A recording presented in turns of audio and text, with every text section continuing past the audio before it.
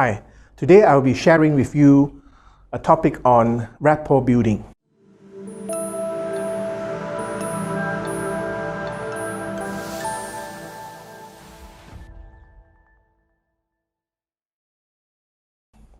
Let's look at the definition of rapport building. Rapport is a process by which the counselor creates a comfortable, warm, trusting relationship with a client. Therapists with poor rapport are the ones who enter the room, does not address the client by their name, does not introduce himself or herself, and then begin firing numerous questions to the client. We have to realize what are the components of good rapport. First, walk into the room, make eye contact, and smile with the client.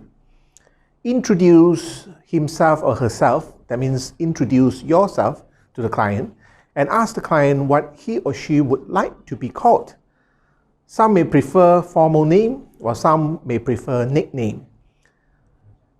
Explain upfront what is his or her role is, that means the counselor's role, how long they will be meeting together, and what, if anything, the client needs to do next.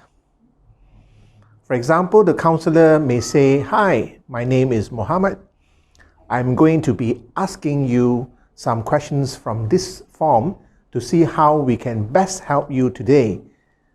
This should take about 20 minutes, and then I'll take you in to see the doctor." The client may be managed by a multidisciplinary team, such as there may be receptionist, intake counselor, maybe even a cardiologist or any other medical doctors, a social worker, and a number of professionals. If all these professionals she is visiting makes an effort to build rapport with the client, then the client will see the entire clinic is safe, warm, and inviting, having an inviting atmosphere. If most of the professionals she meet do not exert effort for rapport building, then she will leave feeling vulnerable, angry, and hesitant to return. Building rapport is very strongly valued within the formal therapy environment. Rapport building is based on empathy. It is very different from sympathy.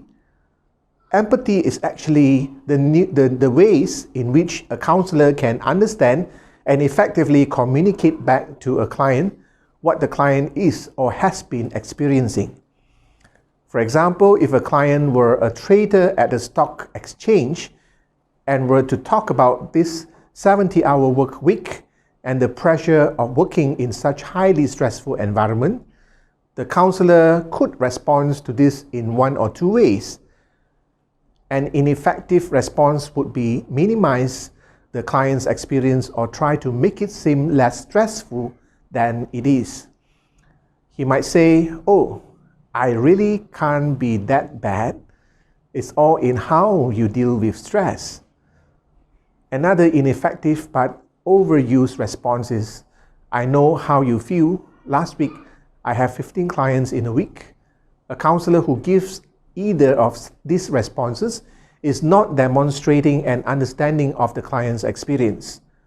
The counselor is not a stock trader, so he cannot know what the client's experience truly is. In addition, the client's experience of his workday is irrelevant. A comparison is therefore inappropriate. Even if the counselor had experienced something similar to the client, no one knows exactly how another person experienced loss, pain, excitement, or any other emotion, positive or negative. For example, saying "I know how you feel" is not only disrespectful to the client, but it is also false. A more appropriate response might be, for example, "Wow, it sounds like you have a lot going on right now." This statement acknowledges that the counselor understands that the client's work is stressful to the client without trying to offer a solution just yet. One good technique is to improve the rapport with client is the use of paraphrasing.